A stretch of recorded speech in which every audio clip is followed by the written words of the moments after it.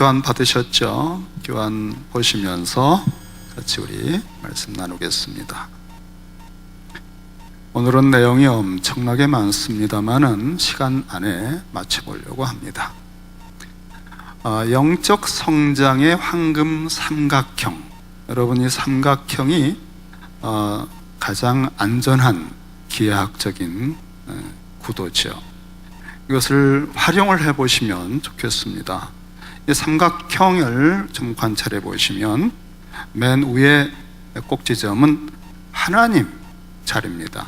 하나님의 임재, 하나님의 주권, 하나님의 섭리, 총체적으로 임마누엘이라고 볼 수 있습니다.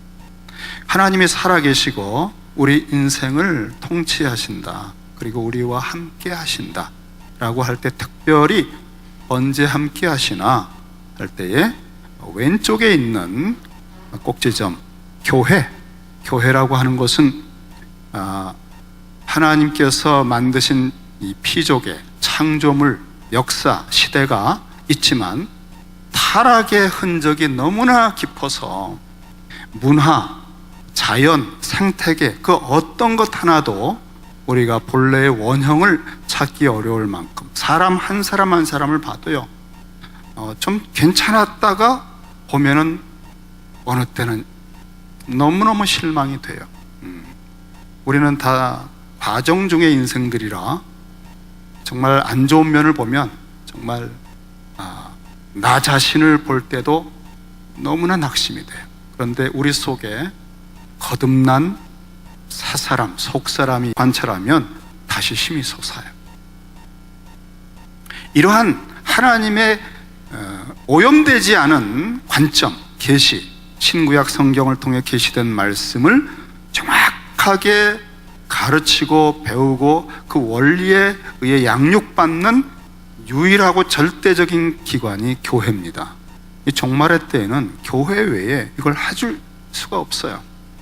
마치 종자가 심겨지고 모판에서 키우는 겁니다. 그런데 여러분, 교회라고 하는 것이 우리끼리만 옹기종기 모여 있어서 깨끗하고 순수한 것으로 끝나면 의미가 없죠. 교회는 사명과 목적이 있습니다. 그것은 세상을 비추는, 비치고 등경이고, 또 이 교회로부터 파송을 받아서 땅끝까지 복음을 전하고 시대와 이 도시를 향한 하나님의 계획과 뜻을 나타내는 것이 교회입니다. 그래서 그 필드가 세 번째 꼭지점이에요. 현실, 시험과 연단. 교회에서 말씀을 배우고 눈물이 날 만큼 깨닫고 감동을 받고 은혜를 체험해도 직장 일주일 갔다 오면 파김치가 됩니다. 정말 험한 사람들 많고요, 우리 뜻대로 세상에 돌아가질 않아요. 그리고 유혹도 너무나 많고, 또 심지어 우는 사자처럼 마귀도 역사해요. 타락한 문명과 문화 속에서, 또 사람들의 그 거친 성품과 우리 자신의 연약함 속에서 막 시험을 겪고 연단을 겪으면서 다시 교회로 돌아와서 임마누엘 주님 앞에 예배드리며 다시 힘을 얻고, 세속 도시, 세속 국가의 한 복판 깊숙한 곳에서도 하나님의 영광을 나타낼 수 있습니다. 임마누엘을 믿으면 굳게 서리라, 믿지 아니하면 굳게 설 수 없다 그랬어요. 그래서 이 삼각형을 가지고 확실하게 우리 자신을 키워나가는 원리를 삼을 수 있어요. 그래서 교회는 순전한 계시의 말씀을 제공해야 돼요. 그런 훈련을 해야 돼요.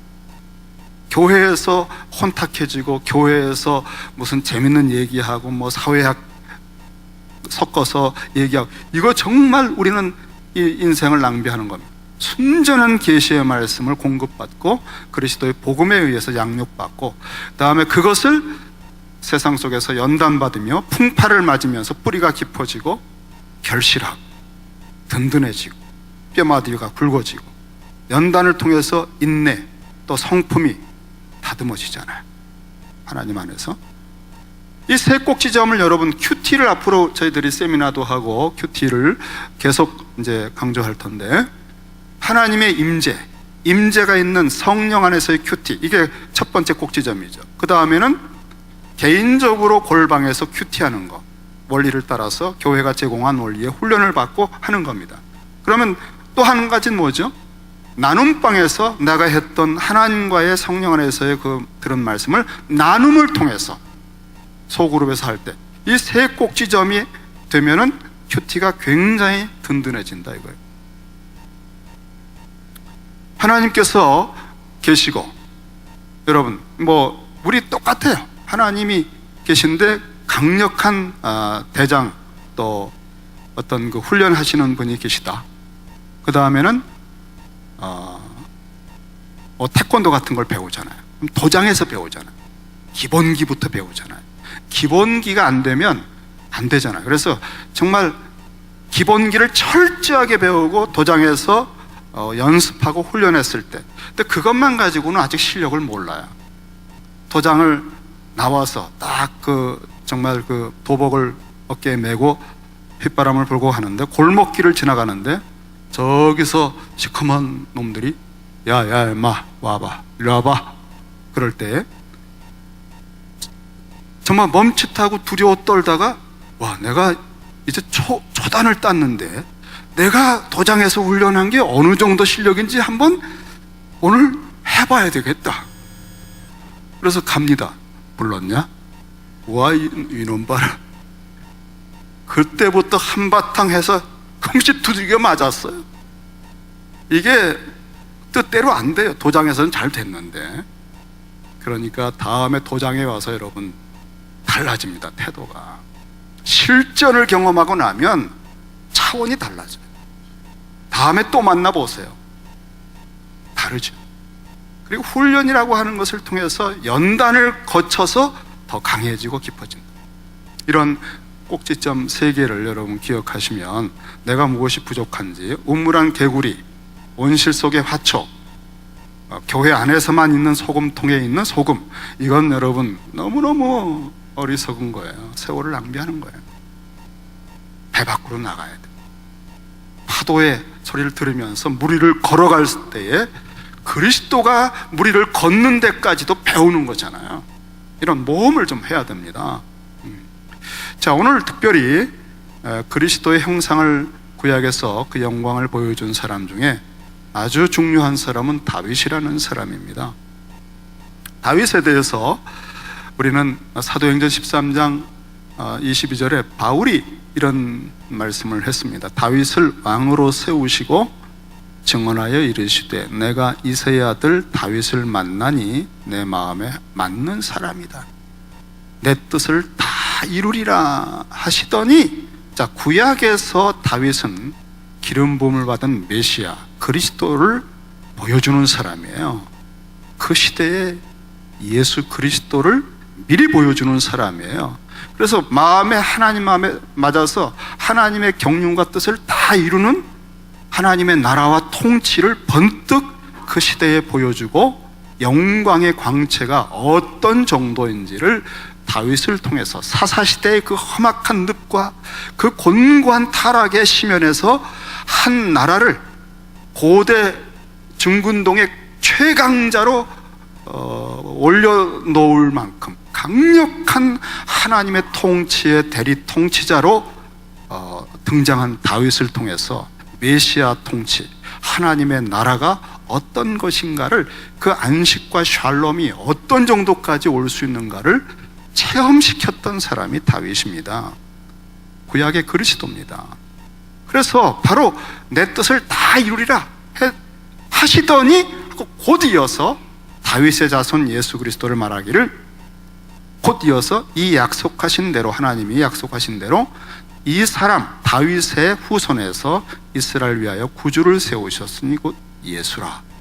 구약에서 예수님을 보여주는 아주 중요한 인물, 그리스도의 영광을 보여주는 사람이 다윗입니다. 이 다윗을 볼 때 다윗은 어떤 사람인가? 우선 다윗은 하나님 중심이 확실한 사람이에요. 그리고 이건 단순한 교리가 아니라 하나님과의 교제를 하고 임재를 느끼는 사람이에요. 하나님이 함께하는 사람입니다. 그래서 하나님 의식에 있어서는 정말 구약에, 요즘에 우리 목회자들이 성경 읽게 하는 것이 시편이거든요. 제가 시편을 새롭게 보게 됐어요. 다윗의 시편, 표제가 다윗의 시편이 얼마나 많습니까? 근데 다윗이 와, 생각보다 고생을 엄청나게 많이 했더라고. 정말 매일매일 읽으면서 부르짖고 탄식하고 절망하고 모든 고난을 다 혼자 겪는 사람이에요, 보니까. 그런데 하나님을 불러요, 하나님을. 그러니까 이 풍파 속에서 무서운 바람과 그 고난을 겪으면서 하나님을 붙드는 힘이 꽉 붙드는 거예요. 하나님 한 분의 전능하심까지를 끌어내지 않고는 견딜 수 없는 이런 인생사의 전쟁의 한복판을 달리니까 만군의 여호와를 의지하는 게 희미한 게 아니에요. 전심으로 붙들고 죽고 사는 문제니까. 와, 그러니까 다윗이라고 하는 사람이 하나님을 어디까지 알았는지 그 의미를 고난 속에서 알았겠다는 것도 알게 됐고, 다윗이 하나님, 그 주권, 임재, 섭리 이런 것에 대해서 그가 마지막 임종하기 전에 성전의 봉헌을 위해서 준비했던 기도가 있는데, 그 모든 걸 준비하고 했던 그 하나님의 속성과 성품에 대한 기도가 나오는데, 정말 여러분 조직신학의 신론의 모든 항목보다 더 심오해요. 평생을 통해 하나님을 얼마나 깊이 알았던 사람인가를 알 수 있어요. 자, 이게 첫 번째 꼭지점이에요. 그러면 다윗은 이 훈련을, 이 하나님의 계시에 아주 정확한 훈련을 어디서 했을까? 그것은 어디라고 생각하세요, 여러분? 다윗은 어느 교회를 다녔죠? 다윗이 양육받은 교회 이름 아세요? 네? 네? 아니, 베들레헴 교회인데, 다윗이 탄생한 곳이 베들레헴이거든요. 다윗은 어디서 하나님을 깊이 배웠느냐 하면 양치면서, 베들레헴의 초장에서 막내로 밤낮 양치러 보냈어요. 거기에서 하나님을 배웠어요. 베들레헴 교회인데 모르셨어요? 베들레헴 교회에 속한 신학교 나왔는데 다윗은 베들레헴에서 양을 치면서 이 소년이 하나님을 체험했어요. 그러니까 하나님 신학을 배운 거예요. 신학, 하나님에 대해서. 그의 유명한 시편이 시편 23편 1절입니다. 여러분, 오랜만에 피곤한 여러분을 제가 위로해 드릴까요? 여호와는 나의 목자시니 내가 부족함이 없으리로다. 여호와는 나의 목자시다. 나는 그의 양이다. 양은 절대적인 무력함이 있는데 아무것도 부족함이 없대요. 그것은 만군의 여호와로 모든 것을 삼은 것입니다. 만군의 여호와를 의지하는 게 어느 정도인가 하면은, 골리앗을 두려워 떨던 사울 왕조 시대에 다윗이 아버지의 심부름으로 형들에게 뭘 갖다 주려고 왔다가 골리앗을 보고 기겁을 했어요. 뭐 이런 걸 가지고 떨고 있나. 그러면서 사울에게 가서 내가 근심하지 마십시오. 내가 이 골리앗을 쳐버리겠습니다. 했더니 사울이 야, 너는 아이인데 어떡하려고 하느냐 할 때에 이렇게 말합니다. 주의 종이 가서 저 블레셋 사람과 싸우리이다. 사무엘상 17장에 보니까 야, 너는 소년이고 그는 어려서부터 용사다.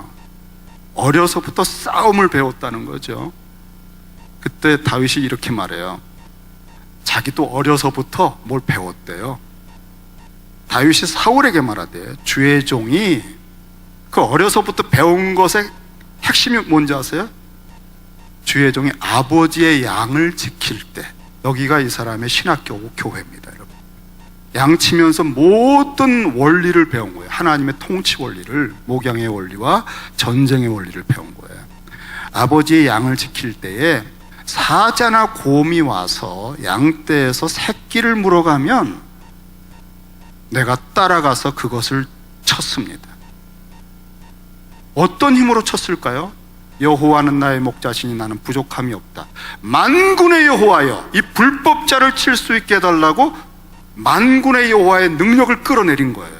그러니까 이 초장에서 그 당시에 어떤 전쟁하는 군대도 깨닫지 못한 걸 초장에서 터득한 거예요.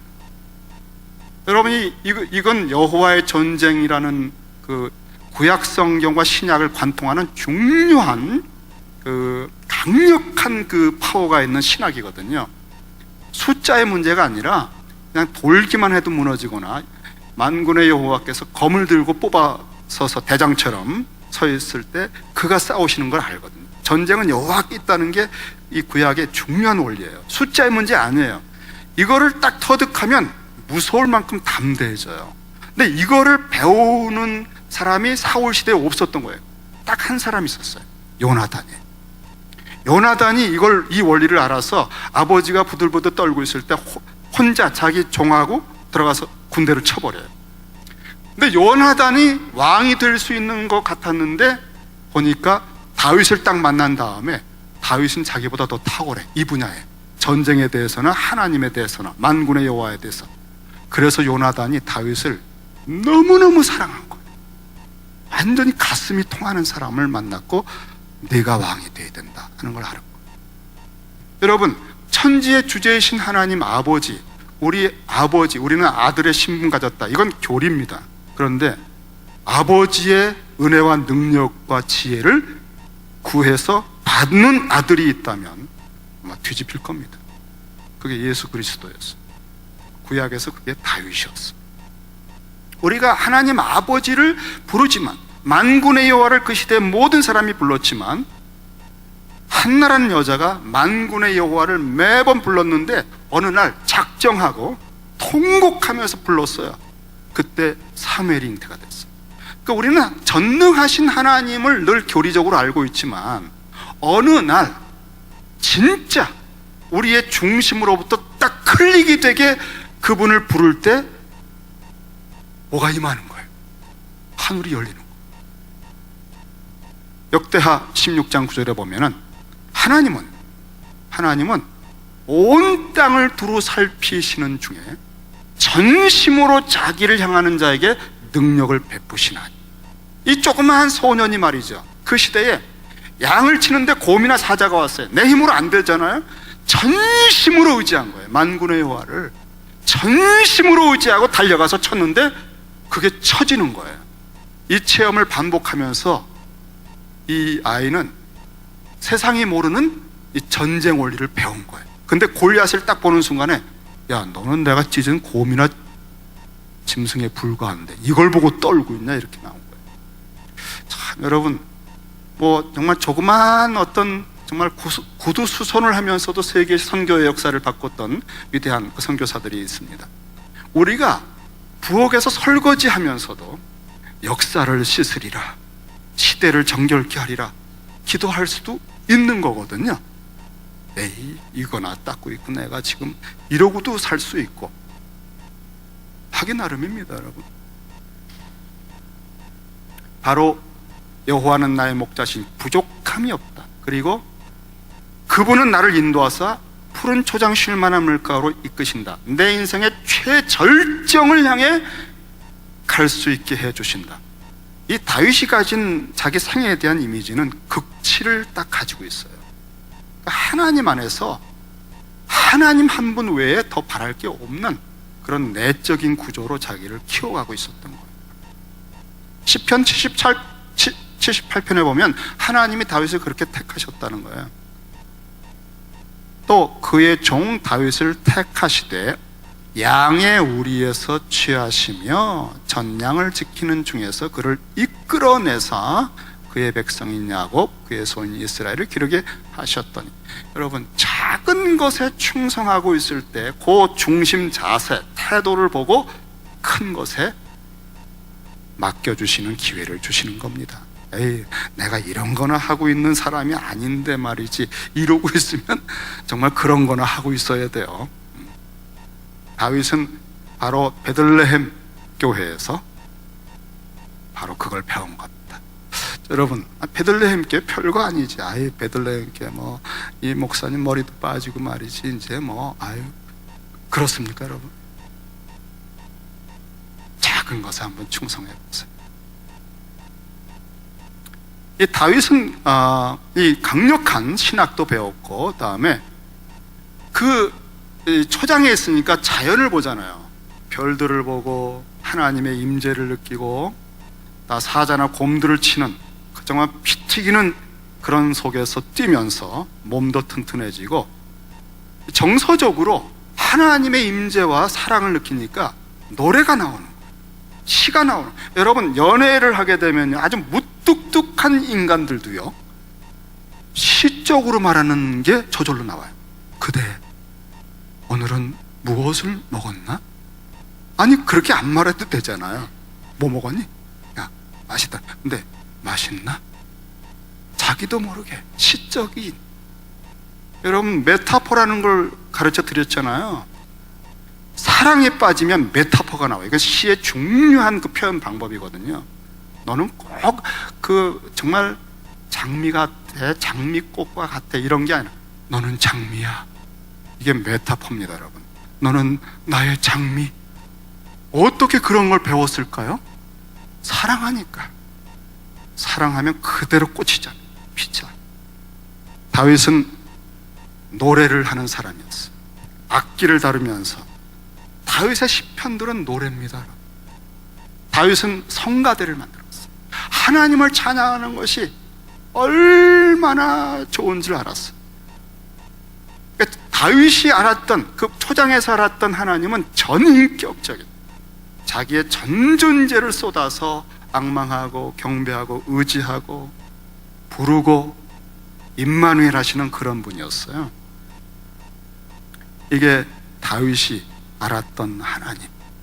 사무엘상 16장 18절에 보면 사울이 악신이 들어가지고 고통스러워할 때, 누가 이거를 좀 풀어줄까 할 때 사람을 좀 찾아봐라 했는데 한 소년이 다윗을 발견했는데요, 이렇게 얘기했어요.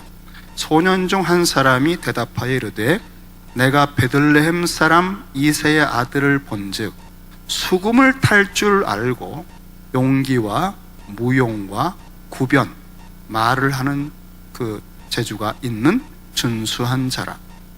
여호와께서 그와 함께 계시더이다. 여러분, 이런 베들레헴이라고 하는 곳에서 탄생하신 예수님은 나사렛 촌 구석에서 아무도 알아주지 않는, 학군도 안 좋은 곳에서 자라셨어요. 다윗이 자란 것과 똑같으시죠. 그러니까 구약의 예수님을 보는 것이고, 신약의 예수님은 정말 무슨 나사렛에서 뭐가 나오냐 하는 거기에서 30년을 자라셨어요. 키가 자라며 강하여지며, 그리고 예루살렘 12살 때 최고의 석학 박사 랍비들이 대화를 하는데 뒤로 넘어갈 만큼 깜짝 놀라는 지혜를 12살 소년이 얘기를 하는 거예요. 그게 12살 때입니다. 그 이후는 이런 지혜로 또 18년을 자라갔다고 하는 게 30세까지. 그러니까 이 아무도 알아주지도 않고 주목하지도 않는데 전 역사를 뒤집는 지혜를 가진 한 청년이 등장하는 거예요. 다윗이 바로 그런 거예요.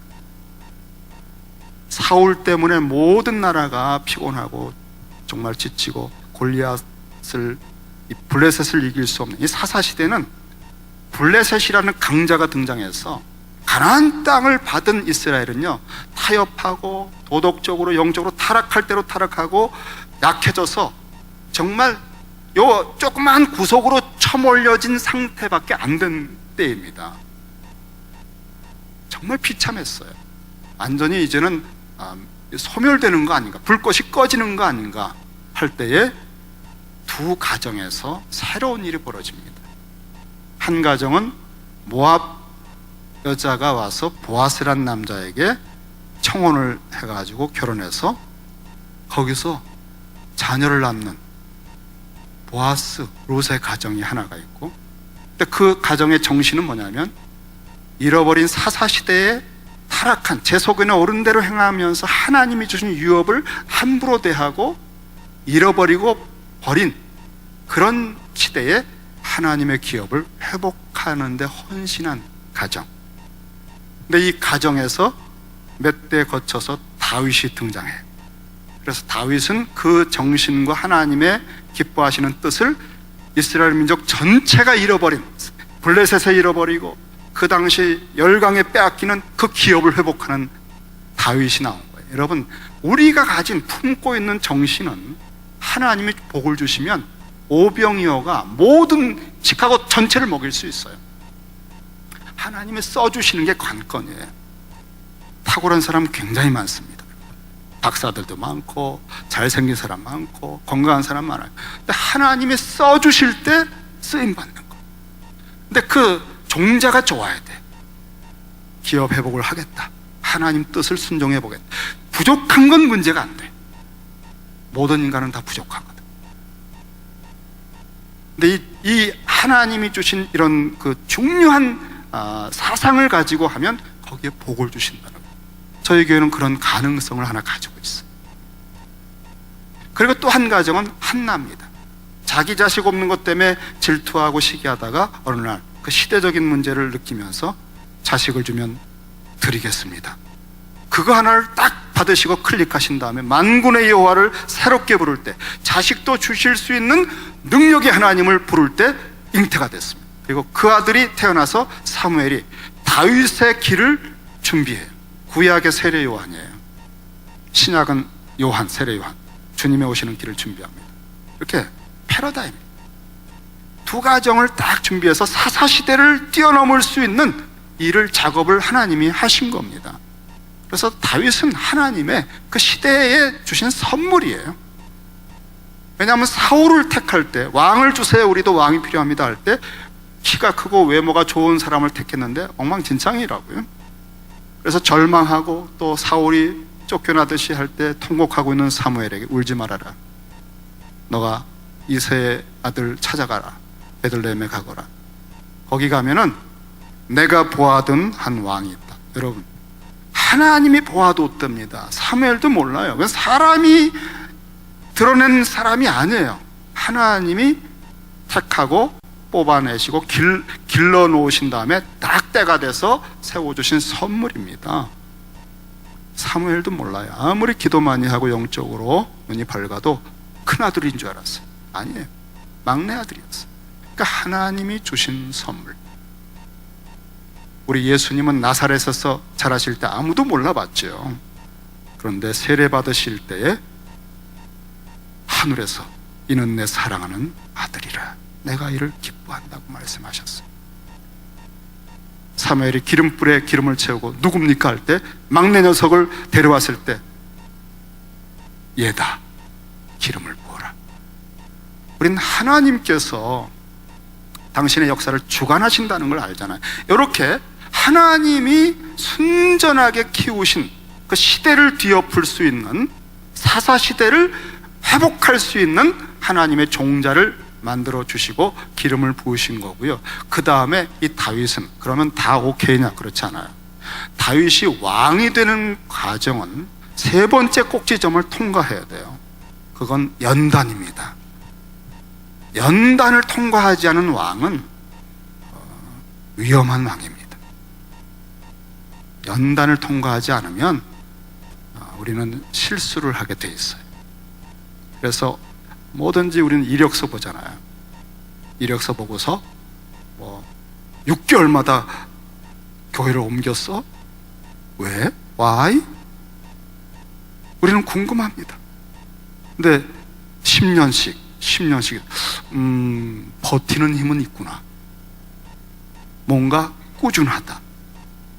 우리는 그런 연단 과정을 검증을 하려고 하는 거예요. 지켜보잖아요. 우리는 사람 연애할 때도 사귀어보는 거잖아요. 첫눈에 반해도 여러분 지켜봐야 돼요.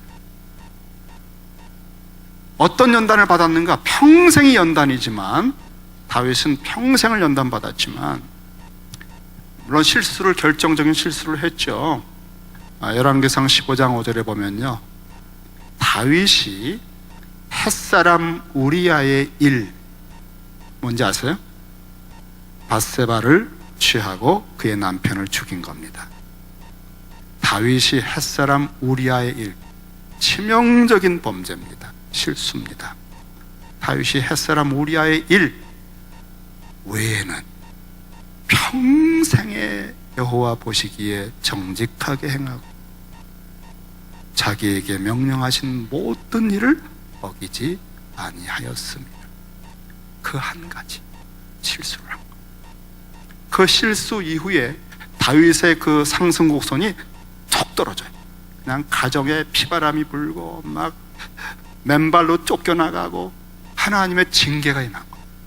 그러나 다윗에게 약속한 언약을 포기하진 않으셨어요. 그래서 다윗의 자손에서 예수님이 오신 거예요. 하나님은 당신이 약속한 언약을 신실하게 지키셔요. 인간의 약함과 실수 속에서도. 심지어 다윗 왕조가 완전히 무너져서 바벨론의 포로가 됐는데도 그 폐허 무더기에서 다시 싹을 틔워서 하나님의 나라를 회복합니다. 나는 부활이요 생명이라고 했잖아. 끝났다. 절대 안 된다. 아유, 소망 없어. 저 인간은 이제 나온 끝이야. 거기서 여러분 새싹이 날 수 있어요. 우리의 마침표는 불확실합니다. 하나님의 마침표가 아니라면 우리는 입에서 마침표를 찍으면 안 돼요. 사실 저도 제가 헤매고 이 폐인처럼 자살 생각하고 산으로 강으로 다닐 때 정말 몸빼 바지 같은 까만 바지를 입고 고무신, 흰 고무신을 신고 장발을 휘날리면서 종로거리를 다닐 때 정말 무슨 용기입니까? 용기도 아니에요. 그건 제정신이 아니었거든요. 그리고 조계사에 앉아가지고 종일 철학책을 들여다보면서 거긴 중들이 오가는 곳에 거기 왜 갔을까요? 조용하니까. 여러분, 그러고서 언제 죽을지 모르는 그런 삶을 살고 골방에 들어가고 마침표 찍힌 겁니다. 사실은 여러분, 저는 끝난 거예요. 마침표를 저도 찍었는데 스스로 주님이 저를 부르셨어요. 예쁜 두 자매가 형제님 저에게 한번 와보실래요? 거기에 속아가지고 제 인생이 또 바뀌었죠. 여러분, 주님이 마침표를 안 찍었는데 왜 우리가 자기한테 찍어요? 왜 다른 사람한테 마침표를 찍어요? 무덤 속에 들어가서 썩어서 냄새가 납니다. 울 수밖에 없는데요. 왜 이렇게 늦게 오셨어요? 그래요? 나는 부활이요 생명이다. 믿으면 영광을 보리라. 우린 이러한 이 현실에서는 죽었다 싶은 일이 많아요. 근데 이걸 통과하면서 연단을 받는 거예요. 그때 신앙이 부활이라고 하는 예수님의 이름, 하나님의 이름이 부활이요 생명이다. 그 이름을 신학적으로 배웠을지라도, 교리적으로 배웠을지라도 삶의 현장에서 회복되는 걸 보면서 진짜 부활이시구나, 여기서 하나님을 야다 알게 되는 거예요. 동산에서 여호와를 선악과를 알게 하는 나무라 할 때 그 단어가 체험적인 알미예요. 에덴의 삶, 하나님의 나라 삶은 총체적인 깊이 있는 삶이에요. 단순한 피상적인 지식적인 교리적인 그런 삶이 아니라 전인격적으로 초장에서 다윗이 체험하고 전쟁을 다니면서 주님을 의지하고 여호와를 의지하고 내가 담을 뛰어넘나이다, 그 하나님의 권능을 체험하면서 만군의 여호와를 알았던, 바로 그게 현실입니다. 근데 특별히 한 10여 년 동안 다윗이 평생이 있지만 10여 년 동안 왕 수업을 받았던 게 있어요. 다윗의 광야 훈련입니다. 광야 학교. 광야, 유대 광야 지역에서 이리저리 도망가면서 한 10여 년 이상을 이미 기름 부음 받고 왕으로 하나님이 택하셨지만 하나님만이 왕이시다, 하나님만이 나라의 주권자를 세우고 패하신다, 우리 왕을 달라고 하는 인간적인 호소와 그런 차원이 아니라 하나님이 세우시고 무너졌는데도 다시 일으켜서 왕을 주시고 기름 부으시고 우리 주님을 주시는 것처럼 절대 주권자 하나님, 그분의 왕되심을 알려면 사울이라고 하는 왕에게 쫓기면서 그에게 기름 부음의 흔적이 있기 때문에 사울을 내가 죽일 수 있는데도 안 죽이면 또 쫓겨서 많은 고통을 당해요. 그런데도 이 사람을 내가 패해버리고 딱 낙인 찍어서 죽여버리면서 그 자리를 차지하려고 하지 않고, 하나님이 그 사람 처리하기 전까지는 그건 내 주권이 아니니까, 하나님의 주권이 손대지 않았는데 내가 되는 건 안 되겠다. 그래서 죽일 수 있는데도 안 죽이고 온갖 고통과 고생을 당해.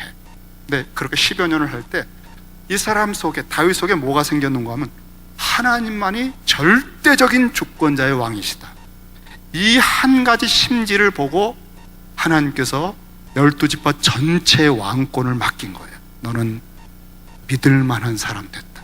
내가 어떤 명령을 해도 내 소견에 옳은 대로 하는 사사시대로 빠지지 않고 나의 통치를 대행하는 나의 대리 통치자로서의 왕이 됐구나.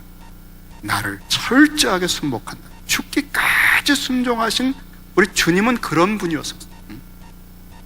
그러니까 다윗이 10여 년 동안 겪은 일을 거기 여러분 제가 써드렸거든요. 사무엘상 24장이 있고요, 사무엘상 24장이 있고 사무엘상 26장이 있어요. 근데 그 사이에 몇 장이 있을까요? 사무엘상 24장과 26장 사이에는 몇 장이 있죠? 이건 어려운 거 아니니까 여러분, 25장이 있는 겁니다. 네. 근데 이러한 그 문해적인 스트럭처라고 하는데요, 이 사울을 살린, 한 번 죽이려고 하다 살렸어요, 사무엘상 24장에서. 그런데 사울을 또 한 번 살려줘요, 26장에서.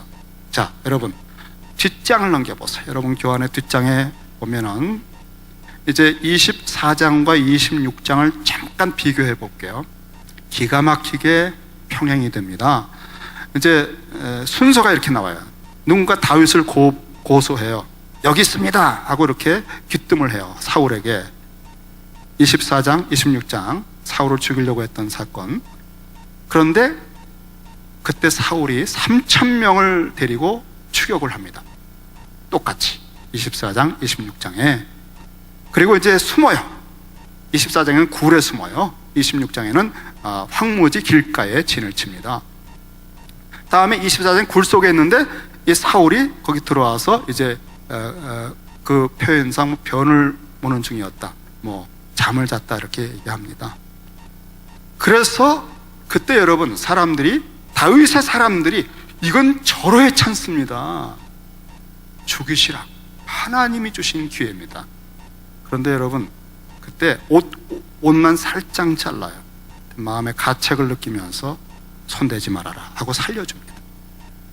그런데 26장에서는요 더 확신을 가지고 직접 진에 들어가서 창과 물병을 가지고 나와요. 다 잠들어 있어요. 죽이면 그냥 찔러 죽일 수 있어요. 아비새라는 그 같이 간 군대 장군에게, 장군이 내가 죽이겠다고 할 때, 사울을 죽이라고 할 때도 안 죽입니다. 그리고 증거물만 가져와서 보여줍니다. 저는 당신을 죽일 수 있는데 죽이지 않았습니다. 왜 저를 추적하십니까? 하면서 호소를 해요. 그때 사울이 그것을 보고 나는 너를 죽이고자 하고 악을 행하는데 너는 나에게 선을 행하는구나 하면서 다윗을 축복을 해. 너는 진짜 왕이 될 것이다. 여러분 원수의 입에서 축복을 받은 거예요. 기가 막히죠. 이것은 그리스도의 가르침이 선으로 악을 이겨라, 네가 원수 갚지 마라, 그 말씀을 다윗은 10여 년 동안 처절하게 배웁니다. 처절하게. 정말 눈앞에 그냥 찌르면 되는데 그걸 안 찌르고 당하는 거예요. 근데 자기만 당하면 되게 괜찮은데요, 600명이 같이 당하는 거예요. 그러니까 다윗의 사람들은 정말 복장이 터지는 거예요. 하나님이 주신 기회입니다. 다윗이요, 그걸 안 죽이고 우리가 이 고생을 하게 하셔요 당신? 그러니까 어떤 때는요, 원칙을 지킨다는 게 나는 혼자는 지킬 수 있어요. 그런데 주변의 사람, 나의 식솔들 때문에 그걸 어길 수밖에 없는 때가 있어요. 처자식 생각해서 곁길로 가자.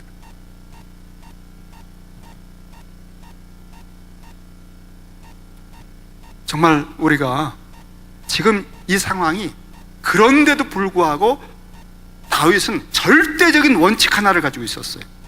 하나님이 기름 부은 사람은 하나님의 주권의 영역이다. 하나님의 통치는 하나님 나라는 하나님이 왕을 폐하거나 세우신다. 폐하는 때가 올 것이다. 그때까지는 내가 손대는 건 안 된다. 너희들도 손대지 말아라. 다만 난 호소할 뿐이다. 하나님의 왕 되심을 자기가 죽을 지경이 되기까지 끝까지 수용하고 겪으면서 하는 이 모습을 딱 보신 거예요. 너는 내가 쓸만한 왕이다. 내 뜻을 다 너를 통해서 이루겠다. 그러니까 넌 십자가에 오늘 죽어라 할 때 죽기까지 하나님의 명하심과 왕되심 앞에 순복하는 그것을 우리 주님이 보여주신 거예요. 에덴에서 하나님의 대리 통치자였던 아담이 했었어야 하는 모습. 아담이 바로 하나님을 경외하면서 선악간에 하나님만을 경외하며 하나님의 관점으로만 했었어야 하는데 따먹고 자기가 왕 노릇하려고 했던 그 무서운 타락을 회복하는 과정. 그래서 이미 왕이 돼서 기름 부음 받았지만 이 10여 년의 세월 동안 속속들이 하나님을 왕으로 삼는 왕이 된 거예요. 여러분, 우리는 직분을 받았어도요, 직분에 합당한 사람 됨을 훈련하지 않으면 그 직분 가지고 무슨 일을 하게 될지 몰라요. 그래서 교회는 이 계시에 근거한 온전한 양육을 하는 곳입니다. 계시를 배우고 양육을 하는, 이건 세상이 해줄 수가 없어요. 지금 몇 시예요? 네? 몇 시죠? 지금 시간 됐죠? 10분? 14분. 와, 제 시계는 섰어요. 제가 계속 시간이 9시 계속 왜 그럴까 얘는. 와, 섰군요. 그래서 다윗이 이때 이것을, 그런데 첫 번째 시험에서는요, 24장에서는 다윗의 사람들이 워낙 고생을 하다 보니까 이렇게 얘기합니다. 다윗의 사람들이, 제가 조금만 더 말씀을 드리고 마칠게요. 24장 1절 이하에 보면은 다윗의 사람들이 4절에 이르되 보소서, 어느 정도로 말하는지 보세요. 다윗을 설득하는 겁니다. 여호와께서, 하나님이 주신 절호의 찬스입니다. 여호와께서 당신에게 이르시기를, 이렇게 말한 적 없거든요. 내가 원수를 내 손에 넘기리니 네 생각에 좋은 대로 그에게 행하라 하시더니 오늘이 그것이 그날이 왔네요. 그런 말 한 적 없어요, 여러분. 아마 이 사람들이 다윗하고 이렇게 쫓겨다니면서 워낙 고생을 하다 보니까 다윗이 설득을 해도 잘 안 넘어가는 거예요. 원칙을 지킨다고. 그러니까 하나님이 말씀하셨지 않습니까? 그래서 내 생각에 좋은 대로 하라고 하셨잖아요. 여러분, 여기 속으면 안 돼요. 정말 교묘한 그 얘기입니다. 내 생각에 좋은 대로. 이 표현은 어떤 시대의 말인 줄 아세요? 이게 바로 사사시대의 말이에요. 왕이 없기 때문에 다 자기 나름대로 생각하고 소견대로 하는 거예요. 근데 다윗의 사람들은 사사시대에 쩔어 있는 사람들이에요. 하나님이 기름 부음 받을 자를 손댈 수 없다라고 하는 이 생각은요, 성경에서 다윗이 최초로 말을 해요. 다윗은 초장에서 하나님과 교제하면서 이 시대와 역사의 주권자는 하나님이라는 사실을 철저하게 순전한 계시로 배운 거예요. 사사시대를 넘어설 수 있는 걸 잡은 거예요. 근데 이 다윗의 사람들은 사사시대에 아직 쩔어 있어요. 그러니까 이거 괜찮아요. 그냥 괜찮아요. 우리도 생각을 좀 해주세요. 지금 이게 하나님이 만들어준 기회입니다. 그러고 푸시한 거예요. 그런데 다윗이요, 아마 이때 이 말을 들으면서 이 사람들의 그 간곡한 말에 조금 흔들렸던 것 같아요. 그래서 다윗이 가서 옷자락을 쫙 팹니다. 가만히. 그리고 옷자락을 딱 베놓고 나서 다윗의 마음이 찔렸습니다. 아이고, 이건 아닌데, 이건 아니지. 그래가지고는 하나님 앞에 그 사실 옷자락 자른 것 정도로 가지고도 뜨끔해가지고 돌아보면서 이랬어요. 자기 사람들에게 이르되, 내가 손을 들어 여호와의 기름 부음을 받은 내 주를 치는 것은 여호와께서 금하시는 것이니 그는 여호와의 기름 부음을 받은 자가 됨이니라. 이게 딱 다시 돌아온 거예요. 그러면서 그 사람들한테 경고했어요. 자기 사람들에게 금하여 사울을 해하지 못하게 하니라. 아마 죽이려고 달려갔던 것 같아요. 제가 하겠습니다. 제가 절대 하지 말아라. 그런 이렇게 약간씩 흔들리면서 고생을 하고 있는데, 여러분 26장에서는요 완전한 확신을 가지고 때가 되면 하나님이 처리하시니까 내 손은 안 된다. 믿음이에요. 근데 그 믿음이 어디서 나왔을까요? 24장과 26장 사이에는 25장이 있습니다. 거기에 나발이라고 하는 사람이 나와요. 나발은 사울 왕권을 등에 업은 사울의 아바타입니다. 부자예요. 그래서 다윗이 600명을 식소를 먹여 살리기 위해서 이 양 몇천 마리를 치는 이 부호의 양들을 이렇게 뒤에서 지켜줘요. 왜냐하면 양털 깎을 때 축제가 벌어지면 마음이 편해지고 다음에 도와준 사람 좀 해주거든요. 그러니까 그때를 딱 생각하고 지켜줘요. 딱 누구도 블레셋이 건드리지 못하게. 그 사람들이 다 알아요. 일꾼들이 다 알아요. 그리고 양털 깎는 날 가서 10사람을 보냈어요. 소년을. 그리고 당신의 아들 다윗이 굉장히 예의를 차려서 이렇게 잘 지켜줘서 하나도 해하지 않고 참 이렇게 잘 됐고 이렇게 좋은 날에 왔습니다. 그러니 무슨 말씀인지 아시죠? 저희들에게 좀 이렇게 좀 은혜를 베풀어 주십시오. 했더니 이 나발이라고 하는 사람이 그때 정말 다윗이 이 뚜껑이 열리는 말을 했어요. 다윗은 누구며 이새의 아들은 누구냐? 이제 안다는 거죠. 사실 다 알아요. 다윗을 모르는 사람 없어요. 골리앗을 친 사람인데. 근데 이제 쫓겨다니는 걸 알고 있거든요. 이 사람은 사울의 편이에요. 그러니까 작은 사울입니다. 근일에 각기 주인에게서 억지로 떠나는 종이 많도다. 뭐죠? 도망친 다윗 너. 내가 어찌 내 떡과 물을 내 양털 깎는 자를 위하여 잡은 고기를 가져 어디서로인지도 알지도 못하는 자들에게 주겠느냐? 출처도 없는, 근거도 없는, 근본도 없는 것들이 와서 이따위로 하느냐? 이 10명이 가서 멸시를 받은 정도가 아니라 그리고 돌아왔어요. 다윗이 사실은 이 종들을 통해서 3번을 축복을 합니다. 가서 너는 평강하라. 당신의 집도 평강하시오. 내 소유의 모든 것도 평강하시오. 3번을 말했어요. 근데 이렇게 멸시를 듣고 딱 돌아와서 보고를 받은 다음에 드디어 다윗이 이 절제심, 옷깃을 자른 다음에도 그 가슴이 떨렸던 사람이요, 그 순간 이성을 잃어버려요. 그 얘기를 딱 듣는 다음에 막 이 분노가 치미는데 다윗이 자기 사람들에게 이르되 너희는 각기, 이제 3번 평강을 얘기했잖아요. 3번을 다 뒤집어요. 칼을 차라. 각기 칼을 차매. 2번째입니다. 3번째, 다윗도 자기 칼을 차고 400명을 딱 데리고 갑니다. 다 쓸어버리겠다. 이 다윗이 정말 사울 왕권에 대한 하나님의 주권을 하나님이 처리하셔. 내가 손대지 않아. 원수는 내가 안 갚을 거야 하는 그 자세를 지켰는데요, 사울의 아바타인 나발을 만나면서 그게 깨진 거예요.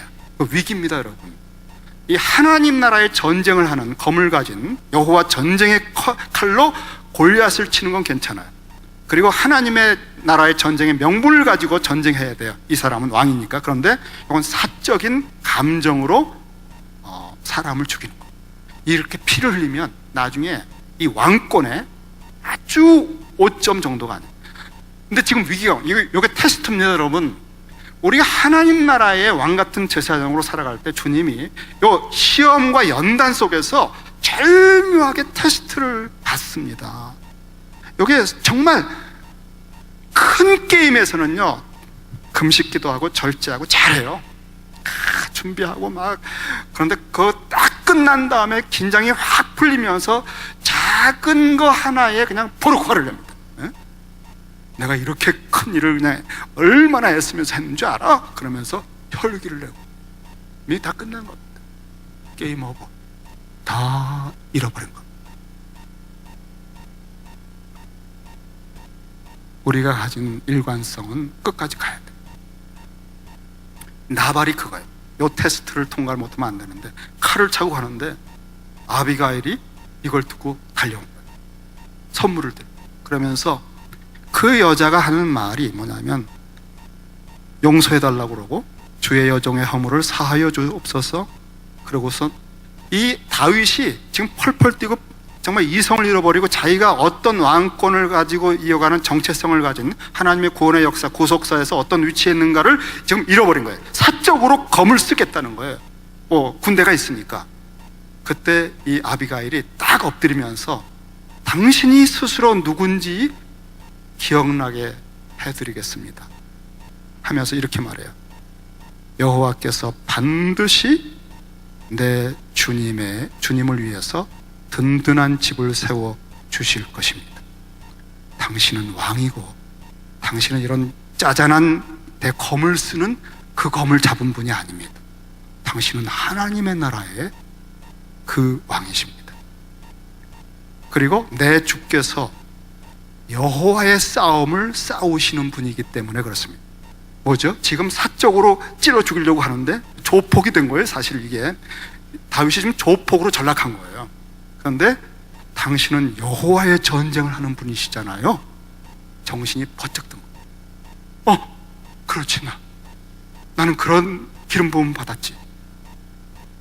내 주의 일생에 내 주에게서는 악한 일을 찾을 수 없습니다.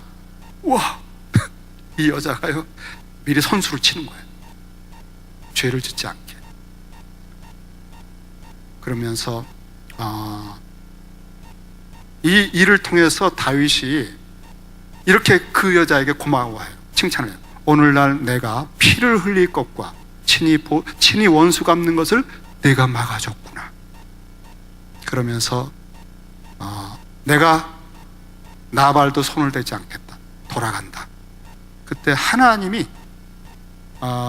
며칠 지나서 나발이 딱딱해졌다고 그랬어요. 아마 저 심장마비 같은 경우인 거예요. 그래서 그냥 헐떡 죽었어. 이거를 딱 듣고 나서 다윗이요, 진짜 하나님이 내가 받은 수치와 수욕을, 원수를 대신 갚아주시는 분이구나. 사울을 손대지 않는 것 때가 되면 하나님이 처리하겠구나. 이거를 확신을 하게 된 거예요. 이게 10여 년 동안 배운 거예요. 하나님의 왕권, 하나님 심판권을 손대지 않는, 원수 갚는 것은 내게 있다. 너는 선을 베풀라. 악에게 지지 말고 선으로 악을 이기라. 이것이 여러분 신약의 산상순이에요. 이것이 우리 주님의 삶입니다. 이것은 쉽진 않지만 여러분의 삶에서 이런 테스트들이 와요. 이걸 한번 통과하면 좋겠고, 못하면 다음 기회라도 해. 여러분에게 그런 일들이 지금도 많이 지나가고 있습니다. 기도하십시다.